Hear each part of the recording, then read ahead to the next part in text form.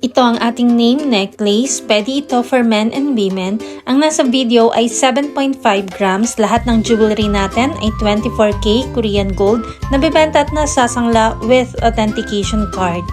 Ang ganitong name necklace ay pwedeng lagyan ng kahit anong word, mapa-English man or Korean. Maximum na ang 5-letter word para sa 7.5 grams. Kung gusto mo na mas mahaba, kailangan nating dagdagan ng grams ng necklace. Pwede rin ito sa 11.25 grams at 18.75 grams.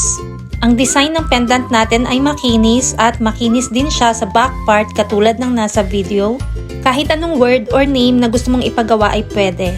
Ito naman ang ating 18K Korean gold lock at pwede mo siyang isabit kahit saan.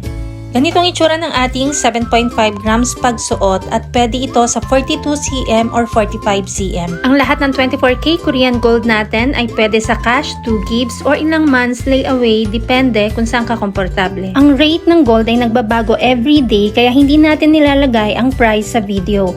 Kung gustong malaman ang updated price, mag-inbox kay Michelle Yu sa Facebook at subscribe ka na rin sa ating Mabenta KR Jewelry YouTube channel para updated ka.